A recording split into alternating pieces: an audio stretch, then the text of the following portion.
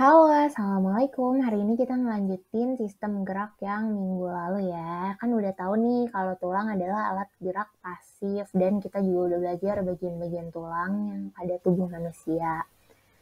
Hari ini kita akan belajar tentang hubungan antar tulang atau artikulasi atau persendian. Ada 3 nih. Yang pertama adalah sinartrosis. Ini adalah sendi yang tidak memungkinkan gerak. Jadi dia sendinya mati ya, diem aja gitu. Jadi maksudnya antar tulang tapi tidak bergerak. Terus ada amfiartrosis. Kalau ini bergerak tapi cuman terbatas. Gerakannya tuh nggak bebas gitu ya. Nah yang terakhir adalah diartrosis, yaitu yang geraknya leluasa. Nah kita bahas dulu yang pertama, ada sinartrosis. Ini tidak memungkinkan gerak. Ada 2, ada sinfibrosis sama sinkondrosis. Nah, kalau sinfibrosis contohnya yang ada di tulang tengkorak ya. Jadi ini antar tulang dihubungkan oleh si sendi ini, sinfibrosis, atau disebutnya sutura. Dan ini tidak memungkinkan gerak ya, karena kalau gerak kan nggak lucu kalau kita oblak-oblak. Terus ada sinkondrosis. Ini di tulang dada. Nih, kayak gini. Oke.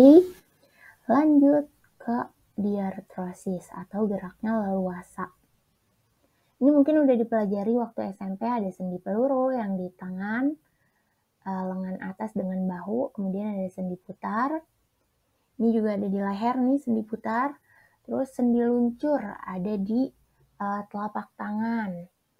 Ini sendi pelana juga di telapak tangan dengan ibu jari gitu ya. Lalu ada sendi engsel yang kayak pintu yang membukanya ke dua arah. Terus habis itu ada sendi kondiloid. Ini hubungan antar ruas jari. Kemudian ada amfiartrosis. Ini diartrosis, ini amfiartrosis. Kalau amfiartrosis gerakannya terbatas. Jadi ada bisa bergerak nih, tulang belakang kita bisa bergerak, cuman terbatas ya. Gerakannya tidak seleluasa si diartrosis. Oke, alat gerak pasifnya udahan. Sekarang alat gerak aktif yaitu otot. Jadi ini yang aktif ngegerakin tubuh kita. Nah, macam-macam otot mungkin udah dibahas di jaringan hewan ya. Ada otot polos, otot lurik, otot jantung. Otot polos di organ-organ dalam, otot lurik atau otot rangka yang menempel pada rangka, dan otot jantung yang ada di jantung. Nah, otot punya 3 gerak nih. Gerak yang mampu dilakukan oleh otot adalah kontraksi. Yang pertama ini ototnya memendek. Kalau relaksasi atau ekstansi, ototnya memanjang. Dan satu lagi adalah elastisitasi. Jadi udah memendek, memanjang, dia kembali lagi ke bentuk semula. Nah, sekarang kita lihat yuk isinya otot kita tuh apa sih. Ini misalnya otot perut ya. Ternyata otot itu terdiri dari serat-serat. Dan di dalam serat-serat ada serat-serat lagi nih, sampai ketemu namanya myofibril. Kayak di ayam ya, kan ototnya terdiri dari serabut-serabut gitu ya, serat. Myo itu otot, fibril itu serat. Dan myofibril ini dilapisi oleh si sarkolema. Kumpulan myofibril dilapisi oleh sarkolema, dan diantaranya ada sarkoplasma. Sekarang myofibril terdiri dari 2 filamen, ada miosin yang tebal dan aktin yang tipis. Nah, ini juga miosin, ini juga aktin ya. Dari si garis Z, ini garis Z namanya yang zigzag, sampai ke garis Z lagi, disebutnya sarkomer, oke.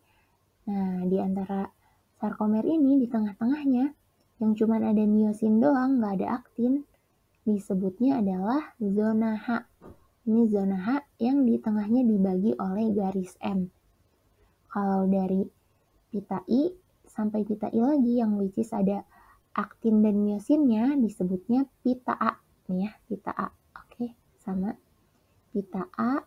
Sedangkan yang nggak ada si miosinnya, cuma ada aktinnya, itu disebutnya pita I. Pita I. Dan yang zigzagnya adalah garis Z yang ngehubungin aktin. Oke. Sekarang kita ke mekanisme gerak ototnya ya. Pas lagi kontraksi atau ototnya memendek, ini miosin nih, ada bulat-bulat, itu kepala miosin akan bersatu, akan narik si aktin menuju ke tengah nih, mereka saling tarik jadi memendek ke tengah ya. Sehingga ini kan ke tengah nih, pita A berarti